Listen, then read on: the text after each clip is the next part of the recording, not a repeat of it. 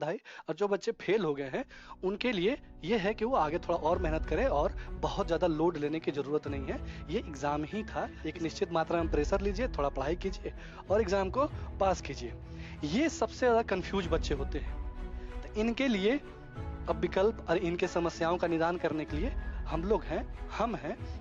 Syllabus देखने का purpose बस ये था कि इसमें कोई रॉकेट साइंस नहीं है, अलग नहीं पढ़ना है कि यूपीएससी की पढ़ाई कर रहे हैं तो बहुत अलग कर रहे हैं। ये लॉकडाउन के बाद से, कोविड के बाद से 12वीं क्लास के बच्चे ज्यादातर आ रहे हैं यूपीएससी की तैयारी करने के लिए। ऐसे संस्थानों का चयन किया जाए जो देश में बेस्ट हो या फिर बहुत अच्छा प्रदर्शन कर रहे हैं, कि वो जो शानो शौकत सहिंसा वाला भूमिका है किसी आईएएस आईपीएस का, वही वास्तविक जीवन है। जो कोचिंग संस्थान है इनका ये क्या है, तो दुकान है। उसके बाद से करते हैं, समेट के चलते हैं तैयारी करने के लिए कि 2 साल 3 साल 4 साल समय देंगे तैयारी करने के लिए। अगर रिक्शे वाला का हो जाने से बेटा किसी का आईएएस बन जाता है तो सबके पिताजी माताजी रिक्शा वाला ही बन के घूम रहे हैं ना। तो आपका सवाल उनसे तुरंत होना चाहिए कि सर इसके फायदे और नुकसान दोनों बता दीजिए, क्योंकि कोई भी विषय परफेक्ट कभी भी नहीं होता है। डमी कॉलेजेस में, डमी संस्थानों में एडमिशन नहीं लेना है। टॉपर हो गया, और जो पहले अटेम्प्ट में टॉपर होते हैं मुझे लगता है कि सबसे ज्यादा बढ़ा चढ़ा के झूठी बातें वही करते हैं और अपने कंफर्ट जोन में ही सीमित रह जाते हैं। और कंफर्ट जोन सबसे बेकार चीज होता है, ये आप कहीं लिख के टांग के रख लीजिए। कंफर्ट जोन में किसी भी स्थिति में जाना ही नहीं है। कंफर्ट जोन में गए यानी कि अपने आप को आपने सीमित कर लिया, लिमिटेड कर लिया, और लिमिट में जो रहता है वो कोई बड़ा काम नहीं कर पाता है। नमस्कार दोस्तों, आप सभी का स्वागत है यूपीएससी अचीवर्स के इस यूट्यूब चैनल पर। मेरा नाम मिथिलेश कुमार है। दोस्तों, हाल ही के समय में सभी लगभग लगभग सभी बोर्डों के रिजल्ट आ चुके हैं, 10वीं कक्षा और 12वीं कक्षा में। तो जो जो बच्चे पास हुए हैं, जो जो बच्चे अच्छे नंबर लाए हैं, उनको बहुत बहुत बधाई। जो बच्चे थोड़े कम नंबर से पास हुए हैं उनको भी बहुत सारा बधाई। और जो बच्चे फेल हो गए हैं उनके लिए ये है कि वो आगे थोड़ा और मेहनत करें और बहुत ज़्यादा लोड लेने की ज़रूरत नहीं है। ये एग्ज़ाम ही था, इसका प्रेशर बहुत ज़्यादा लेने की ज़रूरत नहीं है। एक निश्चित मात्रा में प्रेशर लीजिए, थोड़ा पढ़ाई कीजिए और एग्ज़ाम को पास कीजिए। तो इससे संबंधित कुछ देख लेते हैं रुझान कि 12th का रिजल्ट आया तो इसके क्या क्या 3 पहलू बन सकते हैं। एक तो होते हैं टॉपर्स हुए। दूसरे हुए जो पास हो गए हैं, या फिर मतलब या तो फर्स्ट डिवीजन से पास हुए हैं या फिर सेकंड डिवीजन से, या फिर कैसे भी पास हो गए। और तीसरे होते हैं कौन, वे लोग जो फेल हो गए। तो ये जो है सेगमेंट टॉपर्स का, इनको तो बहुत सारी बधाइयाँ मिली होंगी, शुभकामनाएँ मिले होंगे, और इनके माइंड में एक क्लियरिटी होती है कि आगे चल के भविष्य में क्या करना है। आप लोगों ने यूट्यूब पर देखा होगा कि कुछ बच्चों को या तो इंजीनियर बनना है, कुछ बच्चों को आईएएस बनना है, या फिर अलग-अलग अपनी योजनाएँ हैं इन बच्चों के सामने। ये बच्चे तो अब अगले साल में चले गए कि नेक्स्ट ईयर वो पास करेंगे और फिर से एग्ज़ाम के लिए एलिजिबल होंगे और आगे भविष्य के बारे में सोचेंगे, अपने फ्यूचर के बारे में। और ये आशा करते हैं कि मेहनत करेंगे और अच्छे नंबर से पास होंगे। और ये बच्चे हैं जो या तो सेकेंड डिवीजन से पास हैं, या तो फर्स्ट डिवीजन से पास हैं, या फिर थर्ड डिवीजन से पास हैं, पास हो गए हैं। ये सबसे ज्यादा कंफ्यूज बच्चे होते हैं। इनकी कंफ्यूजन की वजह क्या है, इनके पास एग्जैक्ट बहुत ज्यादा मार्क्स भी नहीं है कि बहुत लोग सजेशन दे। कई लोग कंफ्यूज कर देते हैं इस बात से कि तुम्हारा तो नंबर इतना है ही नहीं कि तुम आगे क्या करोगे। ये तुम साइंस मत लो, तुम आर्ट्स ले लो, तुम आर्ट्स मत लो, तुम फलना सब्जेक्ट ले लो, तुम ये कर लो वो कर लो, बहुत सारा तमाम बातें हैं इन बच्चों के साथ। तो ये कंफ्यूज हो जाते हैं ओवरऑल। तो इनके लिए अब विकल्प और इनके समस्याओं का निदान करने के लिए हम लोग हैं, हम हैं कि क्या क्या इनके पास विकल्प हो सकते हैं। और ज्यादा तनाव लेने की बात नहीं है। अगर नंबर कम आता है तो वो जीवन की विफलता नहीं है, और ऐसा नहीं है कि आपने जिसका बहुत ज्यादा टॉप हो गया है तो उसने किसी ने किला फतेह कर लिया। ये अच्छी बात है कि नंबर अच्छा आया है, लेकिन ये भी मतलब ये नहीं है कि उसके अलावा कुछ है ही नहीं जीवन में। पढ़ाई एक बहुत अच्छी चीज है, पढ़ाई के साथ साथ जिंदगी भी बहुत जरूरी है। तो मेरे हिसाब से तो ये मीडियोकर बच्चे होते हैं ना, ये बेस्ट है, ये अच्छा है। पढ़ो और जियो दोनों साथ साथ। अभी नया ट्रेंड देखिए क्या हो रहा है कि जो लोग पास कर जा रहे हैं, चाहे वो 10वीं हो, 10th हो, या फिर 12th के बच्चे हो, क्या हो रहा है कि इनको जिनको बीटेक करना है ना, मेडिकल करना है, या फिर और भी कोई भी वोकेशनल कोर्सेज करना है, वो क्या कर रहे हैं कि अभी से कोचिंग ज्वाइन कर ले रहे हैं।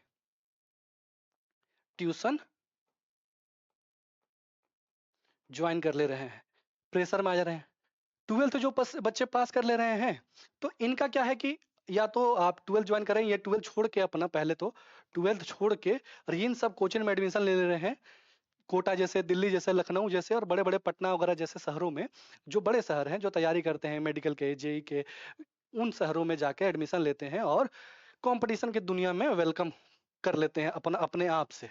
और ये 12th की पढ़ाई, वास्तविक पढ़ाई से पीछे रह जाते हैं और ऐसे स्कूलों में, ऐसे संस्थानों में एडमिशन करा लेते हैं जहां पर रेगुलर जाना और स्कूलिंग में भाग लेना मतलब अनिवार्य नहीं है। तो एक ये कैटेगरी हो गया बच्चों का 10वीं का। तो मेरा मानना है कि इनको थोड़ा सा 12th पर भी फोकस करना चाहिए, पैरेलल ये चीजें चलनी चाहिए, सब चीज छोड़ के ये नहीं चलना चाहिए, पैरेलल चलना चाहिए। खैर, और 12th के बाद से क्या हो रहा है कि वर्तमान समय में ट्रेंड देखने को ये मिल रहा है कि जो दिल्ली के, लखनऊ के या फिर बड़े शहरों, कोई भी कोचिंग संस्थान जो तो सिविल सर्विसेज का तैयारी कराने वाले संस्थान जो हैं वो क्या कर रहे हैं कि 12th के बाद से ही बच्चों को बुला रहे हैं कि आइए हमारे यहाँ एडमिशन लीजिए और तैयारी को धारदार बनाइए। जैसे ही 3 साल ग्रेजुएशन कंप्लीट होता है आपका, आप आईएएस का एग्जाम दीजिए और टॉपर बन जाइए। तो क्या ये मामला सही है, और या फिर इसमें कुछ लोचा है, कुछ तनाव है? इस विषय पर बात करेंगे आगे के स्लाइड में। अभी देखते हैं कि विकल्प हमारे पास क्या क्या है 12th के बाद से। 10वीं के तो बच्चों को तो मेनली आप समझ गए कि 12th करना है, 12th के बाद से ही आगे कुछ कर सकते हैं। और हम लोग टारगेटेड रखेंगे 12वीं के बच्चों को, क्योंकि हम मुखर्जी नगर में रह रहे हैं, जहां पर मुखर्जी नगर में रहते हैं वहां पर देखा जा रहा है कि ये लॉकडाउन के बाद से, कोविड के बाद से 12वीं क्लास के बच्चे ज्यादातर आ रहे हैं यूपीएससी की तैयारी करने के लिए, या फिर ग्रेजुएशन में एडमिशन ले चुके बच्चे हैं, फर्स्ट ईयर सेकेंड ईयर में हैं, वो आ जा रहे हैं तैयारी करने के लिए, है ना। तो इस विषय में बात करते हैं कि क्या क्या विकल्प हो सकते हैं। आप तो पहले तो जैसा कि मैंने बताया बीटेक में जा सकते हैं, मेडिकल में जा सकते हैं, या फिर कोई भी वोकेशनल कोर्स जिसमें आपका इंटरेस्ट हो वो कर सकते हैं, या फिर जो रेगुलर होता है बीए, बीकॉम या फिर बीएससी कोर्सेज में एनरोल करा सकते हैं। ठीक है। अब क्या होता है कि अगर बच्चे इस सेक्टर में नहीं जाए, ठीक है, तो वो क्या करते हैं, इसमें एडमिशन लेते हैं और ऐसे संस्थानों में एडमिशन लेते हैं जहां पर जाना अनिवार्य ना हो, बस एग्जाम देने जाएं और इधर पैरेलल वो तैयारी अपना कर रहे होते हैं। ठीक ना। तो अगर आपको तैयारी करना है किसी भी एग्जाम के लिए, ठीक है, और विशेषकर यूपीएससी के लिए, तो क्या क्या स्थितियां ऐसी बन सकती हैं, उस विषय पर विचार करते हैं और उस विषय को जानते हैं कि क्या ये उचित है कि आप किसी भी कोचिंग में एडमिशन ले लेते हैं 12th के बाद ही, या फिर ग्रेजुएशन के दरमियान। ग्रेजुएशन ऐसे कॉलेजेज में, इंस्टीट्यूशन में आप एडमिशन लेते हैं जहां पर रेगुलर क्लास करना या जाना अनिवार्य नहीं है, बस परीक्षा देते हैं या फिर कैसे भी पास हो जाते हैं और यूपीएससी की तैयारी आप कर रहे होते हैं। तो पहले तो जान लेते हैं कि सिलेबस क्या है यूपीएससी का, फिर बात करेंगे एक एक करके कि क्या क्या दिक्कतें और क्या क्या परेशानियां हैं, उसका निदान क्या है। ठीक है। तो ये प्रीलिम्स का सिलेबस है सिविल सेवा का। तो प्रीलिम्स में 2 पेपर होते हैं, पेपर 1, पेपर 2। तो पेपर 1 को मेनली जीएस का पेपर बोला जाता है, जनरल स्टडीज का, और पेपर 2 सीसेट का पेपर माना जाता है, जिसको एप्टीट्यूड टेस्ट बोलते हैं, है ना। तो इसमें आप टॉपिक देखेंगे, करंट अफेयर है, history of India and Indian national movement, India and world geography है, इंडियन पॉलिटी है, इकोनॉमी है, इन्वायरमेंट है और जनरल साइंस है। ये मेनली आपने पहली से 10वीं कक्षा के दरमियान ये पढ़ा है, इन सारे सब्जेक्ट्स को पढ़ा है। मैक्सिमम मानविकी के सब्जेक्ट्स हैं, यानी कि ह्यूमैनिटीज के हैं, और एक जनरल साइंस है। और दूसरी चीज आप देखेंगे, सीसेट में कॉम्प्रिहेंशन है, इंटरपर्सनल स्किल है including communication skill, logical reasoning and analytical ability है, डिसीजन मेकिंग है, जनरल मेंटल एबिलिटी है, बेसिक न्यूमरेसी है, क्लास 10th लेवल, ध्यान देने वाली बात है, क्लास 10th लेवल, और डाटा इंटरप्रिटेशन है, वो भी क्लास 10th लेवल। यानी कि 10वीं से आगे आपको नहीं जाना है, आपने ऑलरेडी पढ़ रखा है। अगर ठीक ठाक संस्थानों, ठीक ठाक स्कूल में आपकी स्कूलिंग हुई है, या फिर आपने ईमानदारी से स्कूलिंग की है, तो आपको मोटा मोटी एक आइडिया होता है। बस एक जो टेक्निकल तरीके होते हैं, पद्धतियां होती है किसी भी चीज को भुनाने की, किसी भी चीज को अरेंज करने की, वो कोचिंग संस्थान या फिर यूपीएससी करने के दरमियान आपको सिखाया जाता है या फिर आप सीखते हैं, है ना। तो ये कोई अलग सब्जेक्ट कुछ ऐसा नहीं है कि यूपीएससी के लिए बहुत अलग से आप कुछ ऐसा कर रहे हैं। इसी के साथ हम लोग मेंस के सिलेबस को देखते हैं। तो मेंस के सिलेबस में क्या होता है, 4 पेपर है, पेपर 1, पेपर 2, पेपर 3 और पेपर 4। तो पेपर 1 में आप देखेंगे कि जनरल स्टडीज फर्स्ट कहा जाता है पेपर 1 को, Indian heritage and culture, history, geography of the world and society. ठीक, ये भी ह्यूमैनिटीज के पूरे सब्जेक्ट्स हैं। दूसरा पेपर क्या कर रहा है, governance, constitution, polity, social justice and international relations, ये भी ह्यूमैनिटीज के सब्जेक्ट्स हैं। और तीसरे पेपर में क्या है कि टेक्नोलॉजी पढ़ना है आपको, इकोनॉमिक डेवलपमेंट पढ़ना है, बायोडाइवर्सिटी पढ़नी है, इन्वायरमेंट पढ़ना है, सिक्योरिटी एंड डिजास्टर मैनेजमेंट पढ़ना है। ठीक है। और फोर्थ पेपर हो गया इथिक्स का पेपर, जिसको इंटीग्रिटी है, एप्टीट्यूड है, ये सब इथिक्स का पेपर एक थोड़ा सा अलग हट के हो जाता है पेपर। तो ये 3 पेपर आप मेनली देखेंगे कि आप ह्यूमैनिटीज में पढ़े हैं। एक टेक्नोलॉजी छोड़ दिया जाए तो एप्लीकेशन बेस्ड, जैसे कि आप रेगुलर हम लोग जो तकनीक का इस्तेमाल कर रहे हैं वही पूछता है। ऐसा नहीं है कि जो बीटेक के, साइंस के या फिर बहुत ज़्यादा डीप नॉलेज या फिर ग्रेजुएशन के दरमियान वाले सब्जेक्ट्स, ऐसा नहीं पूछा जाता है। वो 10वीं 12वीं तक ही, मैक्सिमम 12वीं तक आके खत्म हो जाता है। ठीक है। तो ये हम लोगों ने मोटा मोटी सिलेबस देखा। ठीक, सिलेबस देखने का पर्पस बस ये था कि इसमें कोई रॉकेट साइंस नहीं है, अलग नहीं पढ़ना है कि यूपीएससी की पढ़ाई कर रहे हैं तो बहुत अलग कर रहे हैं। हाँ, ये जरूर है कि आपने जो चीजें पढ़ी हैं उसको थोड़ा डीप नॉलेज, कॉम्प्रहेंसिव नॉलेज की जरूरत हो जाती है आपको, है ना। तो इसलिए सिलेबस दिखाना जरूरी था। अभी क्या है कि हमारे पास राइट डायरेक्शन क्या होने चाहिए।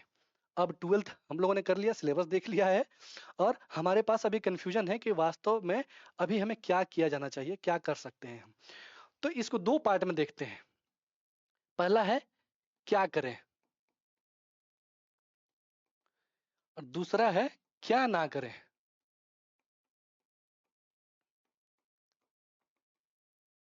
तो पहले में फर्स्ट पॉइंट अगर देखा जाए, ठीक है, तो कोशिश करेंगे हम कि सबसे बेहतर जो संस्थान है देश में, अगर बीए, बीएससी या फिर कोई भी बीटेक, आईआईटी, कुछ भी हमको करना है, आगे मेडिकल करना है, तो कोशिश करेंगे कि ऐसे संस्थानों का चयन किया जाए जो देश में बेस्ट हो या फिर बहुत अच्छा प्रदर्शन कर रहे हो, है ना। उसके लिए हमें प्रयास करना है। बताऊंगा आगे कि क्यों इसी के लिए प्रयास करना है। जैसे कि अगर जनरल बीए, बीएससी कर रहे हैं, या फिर तो जैसे डीयू हो गया, जेएनयू हो गया, जामिया हो गया, एमयू हो गया,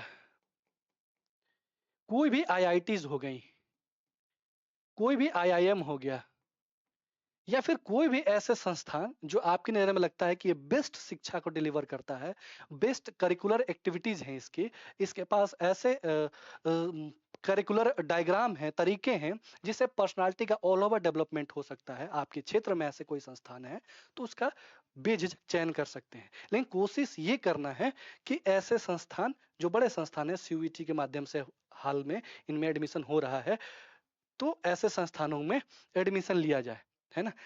अब बताते हैं क्यों ऐसे संस्थानों में एडमिशन लिया जाए। ऐसे संस्थानों में एडमिशन लेने का मुख्य कारण ये है कि आपने हालिया यूपीएससी का रिजल्ट देखा होगा, जो अभी हाल ही में आया था, या फिर पिछले कई वर्षों के अगर आप रिजल्ट को एनालिसिस करते हैं, देखते हैं, और टॉपर्स को या फिर जो भी क्वालिफाई होते हैं उनको पाते हैं, तो बहुसंख्यक की आबादी ऐसे संस्थानों से आती है जो देश के सर्वश्रेष्ठ संस्थान हैं, देश के बेस्ट संस्थान हैं। तो आपको भी बेस्ट संस्थानों में एडमिशन के लिए प्रयास करना होगा, क्योंकि यूपीएससी सिर्फ परीक्षा ही नहीं है कि आप ऐसे कर लें कि किसी भी चीज को याद कर लें। आपको जैसे कि मैंने सिलेबस बता दिया, आपको किताबें दे दी जाएंगी बहुत सारी, तो आप ये सोचे कि याद कर लें, उसको खूब रट्टा मार लें, या फिर खूब ज्यादा आंसर राइटिंग प्रैक्टिस कर लें और जाके एग्जाम हॉल में लिख आते हैं तो यूपीएससी का एग्जाम निकल जाएगा। ये कपोल कल्पना की स्थिति है, ऐसे एग्जाम नहीं होगा। यूपीएससी आपको मेनली आपके पर्सनालिटी का अपलिफ्टमेंट चाहता है, ग्रूमिंग चाहता है। वो पर्सनालिटी का डेवलपमेंट कैसे होगा, आप ऐसे संस्थानों में जाते हैं, ठीक, बड़े संस्थानों में, जो श्रेष्ठ संस्थान है, टॉप इंस्टीट्यूशन में जाते हैं, तो वहां क्या होता है, आपको क्या करना है कि एक्स्ट्रा करिकुलर एक्टिविटीज में भाग लेना है, बढ़ चढ़ के पार्टिसिपेट करते हैं, है ना। आप क्या करते हैं कि अपने पढ़ाई के साथ साथ, अपनी पढ़ाई तो करते ही हैं, लेकिन इन सब चीजों पर भी बहुत ज्यादा एक्स्ट्रा करिकुलर एक्टिविटीज पर फोकस करते हैं। इससे क्या मिलता है, पता चलता है कि आपका एप्टीट्यूड किधर है, आपके इंटरेस्ट किस सेक्टर में है, वो निखर के सामने आता है, आपकी एबिलिटी आपको दिखाई देती है। ठीक है। आपको कुछ कुछ हॉबीज डेवलप करनी चाहिए। हर किसी को एक हॉबी डेवलप करनी चाहिए जो आप खाली समय में या फिर आप तनाव में हो या किसी भी स्थिति में हो, वो आप करना चाहें, चाहे वो आउटडोर हो सकता है, इंडोर हो सकता है। वो ऐसी चीजें होनी चाहिए जो आपके पर्सनालिटी में कुछ ऐड ऑन करे, है ना? आप ऐसा नहीं कि आप बस सो रहे हैं, आपने हॉबी बना लिया कि भाई सोना है मेरे। तो ये मूर्खता वाली बात होगी कि सोना है। मुझे लगता है कि सोना रात में ही सोइए, ज़्यादा 6 घंटे 8 घंटे सो लेते हैं, ये पर्याप्त है। दिन है, काम कीजिए, देखिए, लोगों से मिलिए, बात कीजिए, घूमिए, बहुत कुछ सीखने को मिलता है। ये हॉबीज़ हो गई।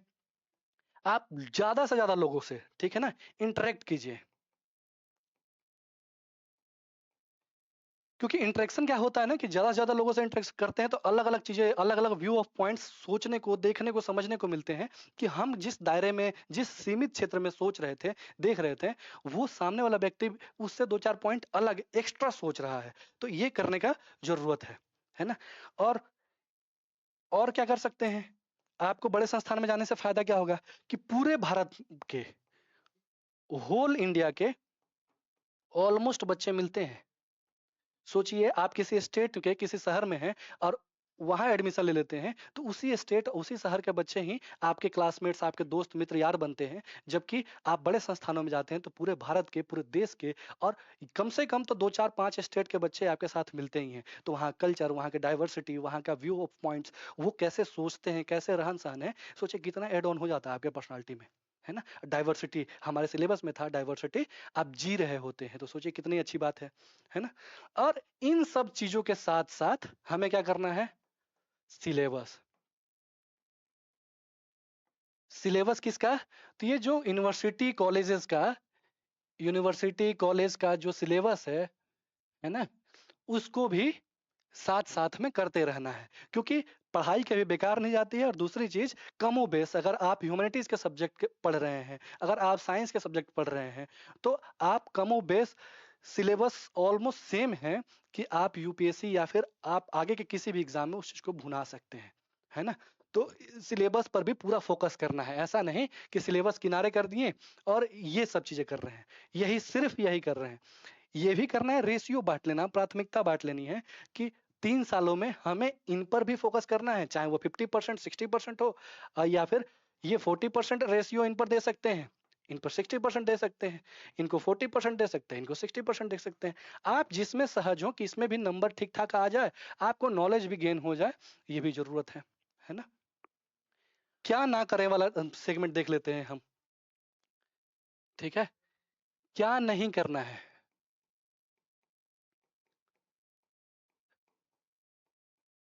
क्या नहीं करना है? तो सबसे पहली बात कि डमी कॉलेजेस में, डमी संस्थानों में एडमिशन नहीं लेना है। एडमिशन क्यों नहीं लेना है यहाँ पे? और डमी संस्थान होते क्या है, जैसे कि आपने इग्नू में ले लिया है, आपने किसी भी कॉलेज के एसओएल में ले लिया है, यानी कि डिस्टेंस लर्निंग प्रोग्राम में एडमिशन नहीं लेना है। अगर आप डिस्टेंस लर्निंग प्रोग्राम में एडमिशन लेते हैं, अगर वाजिब कारण नहीं है, आप खाली स्टूडेंट हैं, आप कहीं वर्किंग नहीं है या फिर आप पर किसी तरह का दबाव नहीं है, प्रेशर नहीं है, तो आपको इन संस्थानों के पास तो कतई नहीं जाना है। बिल्कुल भी नहीं जाना है एसओएल या फिर इग्नू जैसे संस्थान में। क्यों नहीं जाना है? क्योंकि आप जब 12वीं के बाद ग्रेजुएशन में जाते हो, तो 3 साल आपकी पर्सनैलिटी के लिए बहुत इंपॉर्टेंट, बहुत ज़रूरी होते हैं। कि आप बहुत सारे, मतलब अचानक से आपका दायरा बढ़ जाता है, बहुत बड़ा हो जाता है दायरा। आपको तरह-तरह का डिसीजन मेकिंग करने होते हैं, तरह-तरह के सिचुएशन आ जाते हैं आपके सामने और आपको डील करना होता है। यदि आप यहाँ पर एडमिशन ले लेते हैं, डिस्टेंस में एडमिशन ले लेते हैं, तो क्या होता है कि आप प्रेशर वाली स्थिति में नहीं आ पाते हैं, डिसीजन मेकिंग वाली सिचुएशन में नहीं पहुँच पाते हैं और अपने कम्फर्ट ज़ोन में ही सीमित रह जाते हैं। और कम्फर्ट ज़ोन सबसे बेकार चीज़ होता है। ये आप कहीं लिख के, टाँग के रख लीजिए, कंफर्ट ज़ोन में किसी भी स्थिति में जाना ही नहीं है। कंफर्ट ज़ोन में गए यानी कि अपने आप को आपने सीमित कर लिया, लिमिटेड कर लिया और लिमिट में जो रहता है वो कोई बड़ा काम नहीं कर पाता है ना? तो लिमिटेड नहीं होना है। तो ये नहीं करना, पहली चीज़। दूसरी चीज़ कि क्या कर रहे हैं कि 12th के बाद से बहुत सारे कोचिंग संस्थान क्या कर रहे हैं, ऑफर कर रहे हैं कि आइए तैयारी कीजिए किस चीज़ का, तो यूपीएससी या फिर स्टेट पीसीएस का। इनको भी बिल्कुल भी इनके यहाँ नहीं जाना है 12th के बाद। बिल्कुल भी नहीं, मतलब बिल्कुल भी नहीं। ये लाख आपको समझाएँगे कि आ जाइए 3 साल आप तैयारी करते हैं, उसके बाद से चौथे साल में एग्ज़ाम दीजिए, पहले अटेम्प्ट में आईएएस बन जाइए। ये मूर्खता है और सपना बेच रहे हैं। चूँकि इनका ये दुकान है, जो कोचिंग संस्थान है इनका ये क्या है? तो दुकान है। तो दुकान का कोई भी सामान को कोई मीठा खराब थोड़ी कहेगा। सब तो कहेगा कि सब मीठा-मीठा है, बहुत बढ़िया-बढ़िया है ना? तो ये मीठे के चक्कर में नहीं पड़ना है। आपको क्या करना है कि रैशनल होके सोचना है कि यदि आप 12th के बाद से 3 साल समय कोचिंग संस्थान को देते हैं और आपकी एज एलिजिबल नहीं है, आप 21 साल के नहीं हैं, आप एग्ज़ाम दे नहीं पाते हैं और आपका उतना दायरा एक्सपीरियंस नहीं बढ़ा है, तो क्या होता है 3 साल जैसे ही बीता, आप मेंटली फिजिकली रूप से थक जाते हैं। ठीक है? और चूँकि एक एक्सपीरियंस नाम की भी चीज़ होती है जो समय के साथ आती है ना? और तुक्के से कोई निकल भी गया, एक अपवाद होते हैं हर जगह पर, लेकिन वो नियम नहीं हो सकता कि पहले अटेम्प्ट में कोई टॉपर हो गया। जो पहले अटेम्प्ट में टॉपर होते हैं मुझे लगता है कि सबसे ज़्यादा बढ़ा-चढ़ा के झूठी बातें वही करते हैं। तो इनसे बचा जाना चाहिए, क्योंकि जब आपके पास माइक आता है, आपने नोटिस करा होगा, आपके सामने माइक आता है तो बड़ी-बड़ी बातें निकलने लगती हैं कि हमारा संघर्ष ऐसा था, वैसा था। हालाँकि वर्तमान जीवन में किसी को किसी का संघर्ष समझ में नहीं आता है ना? लेकिन माइक आई या फिर कुछ आपने अचीव कर लिया और 4 लोगों ने उसको रेक्टिफाई कर दिया कि भाई तुमने तो फलाना चीज़ अचीव कर लिया है। तो उसको बड़ी-बड़ी बातें सूझने लगती है और फर्स्ट अटेम्प्ट वाला व्यक्ति को लगता है कि हर चीज़ आसान है, बहुत बढ़िया है। जबकि ऐसा वास्तविक जीवन में नहीं होता है। क्योंकि जो अपवाद है ना वो किसी पर भी अप्लाई नहीं होता है। नियम हो ही नहीं सकता अपवाद। वो कितना भी कठिन परिस्थिति हो, कितना भी अच्छा परिस्थिति हो, वो लोग करते हैं। कुछ लोग ये करते हैं कि भाई रिक्शे वाले का बेटा, ठेले वाले का बेटा आईएएस बन गया तो हम क्यों नहीं? बिल्कुल आप बन सकते हैं, बिल्कुल बन सकते हैं। लेकिन इसका मतलब ये नहीं कि वो बन सकता है तो हम भी बन सकते हैं। हो सकता है उसका आईक्यू इस लेवल का हो सकता हो कि वो उसका जुझारूपन ऐसा हो, उसका दिमाग ऐसा हो, उसकी डेस्टिनी ऐसी हो कि वो आईएएस बन गया। लेकिन ज़रूरी नहीं कि सेम कंडीशन, सेम चीज़ें आप पर भी अप्लाई करती हैं। अगर रिक्शे वाला का हो जाने से बेटा किसी का आईएएस बन जाता है, तो सबके पिताजी, माताजी रिक्शा वाला ही बन के घूम रहे होते हैं, है ना? तो ये कॉमन सेंस की बात है कि इस चीज़ के बहकावे में, तनाव में नहीं आना है और माहौल नहीं बनाना है और इन कोचिंग संस्थानों के तो चक्कर में पड़ना ही नहीं है, ठीक है?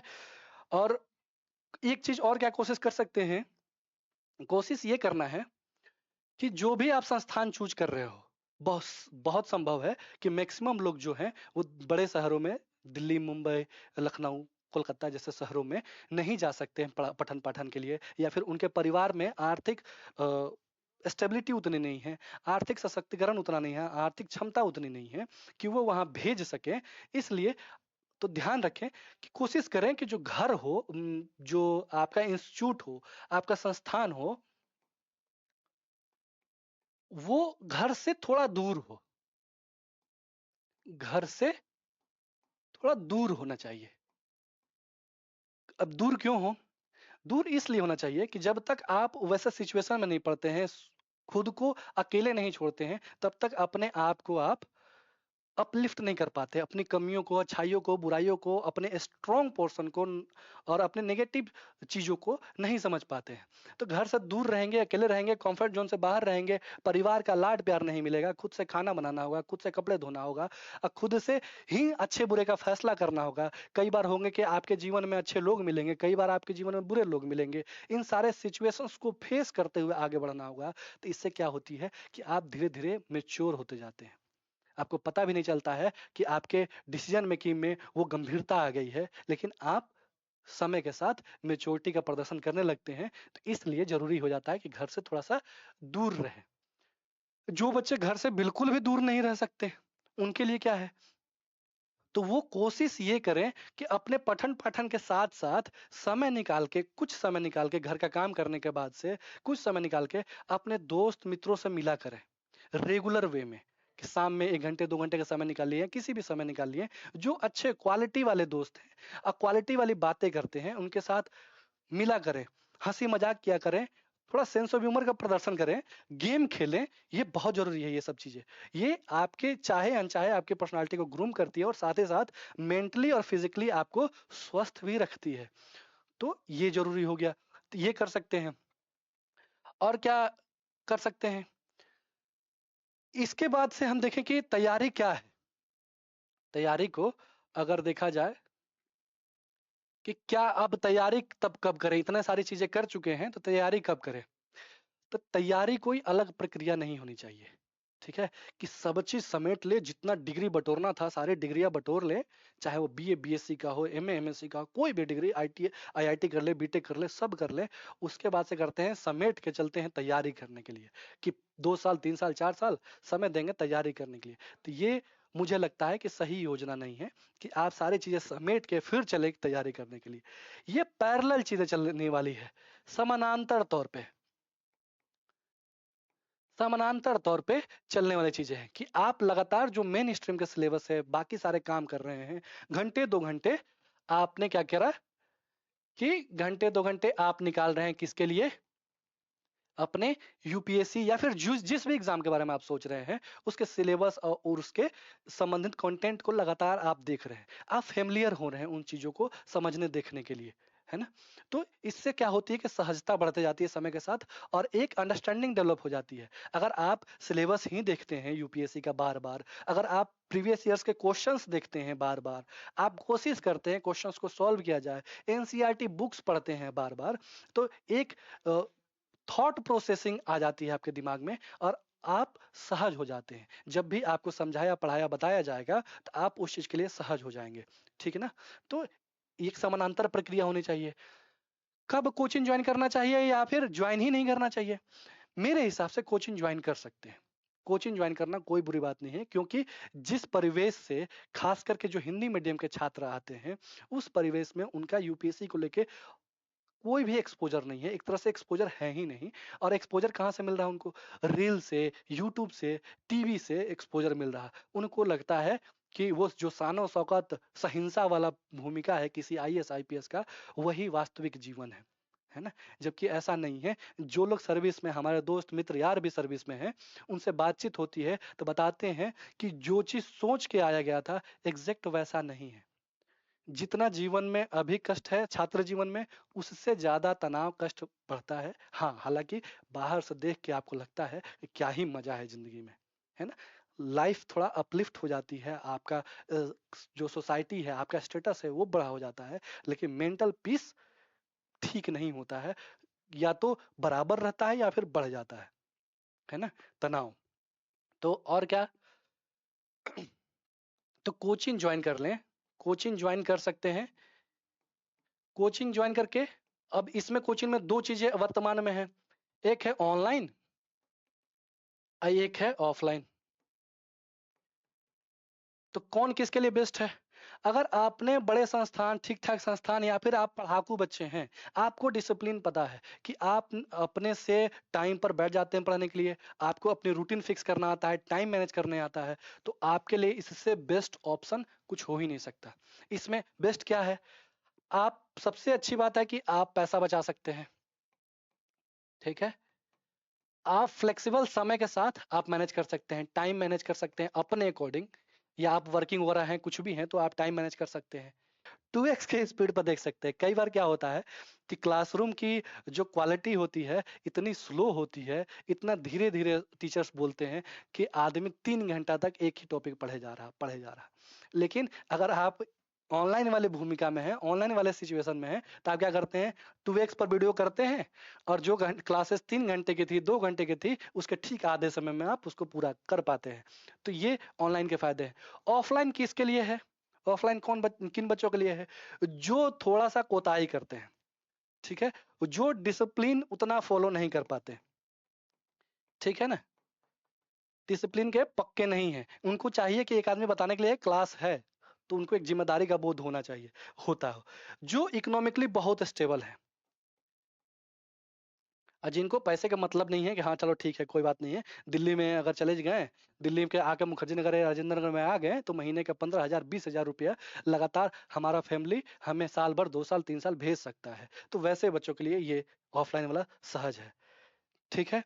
और एक और, या फिर वो भी बच्चे ले सकते हैं एडमिशन जिन्होंने किसी कारणवश से उस समय कोई इमरजेंसी आ गई है, किसी संस्थान में एडमिशन नहीं ले पाए, और घर से ही मजबूरीवश उनको इग्नू, एसओएल या फिर कोई भी ऐसे संस्थान में भाग लेना पड़ा जहां पर वो एक्स्ट्रा करिकुलर एक्टिविटीज में या लोगों से इंटरेक्ट नहीं कर पाए, वो भी भाग ले सकते हैं। तो वैसे बच्चे जो कॉलेज लाइफ ज्वाइन नहीं कर पाए, ठीक है ना, तो वो भी बच्चों के लिए एक बेहतर सॉल्यूशन हो सकता है कि ये आए और कम से कम आप यूपीएससी के जर्नी के दरमियान में 3 4 5 स्टेट जैसे कि बिहार, यूपी, मध्य प्रदेश, हरियाणा, छत्तीसगढ़, राजस्थान, महाराष्ट्र, उड़ीसा, ऐसे जगहों के बच्चों के साथ तो कम से कम इंटरेक्ट कर ही पाएंगे अगर आप हिंदी मीडियम के हैं तो। और अंग्रेजी माध्यम के विद्यार्थी हैं तो आपके लिए तो पूरा भारत आपके लिए रेडी है और पूरे भारत के बच्चे आपको मिलेंगे। तो ये तमाम चीजें रहीं। अगर आपको कोई डाउट है, कोई भी दिक्कत है तो आप बेझिझक पूछ सकते हैं हमसे। और सभी सारी चीजें ऑलमोस्ट कंक्लूड नहीं हो पाया, सारी चीजें समावेशित नहीं हो पाई, तो आप जो भी कोई डाउट होगा तो आप बिल्कुल बेझिझक होकर पूछ सकते हैं। कोशिश की जाएगी कि हर समस्या का समाधान हो, लेकिन जल्दीबाजी में कोई फैसला ना ले, दबाव में आके कोई भी फैसला ना ले। जैसे कि हमारे यहाँ होता क्या है, खास करके नॉर्थ इंडिया में बातें क्या होती हैं कि 10वीं 12वीं का बच्चा जैसे ही रिजल्ट आता है, अच्छे नंबर आ गए, तो आस पड़ोस के लोग ही उसके बारे में फैसला करने लगते हैं कि ये बीटेक करेगा या इंजीनियर बनेगा, डॉक्टर बनेगा या आईएएस बनेगा।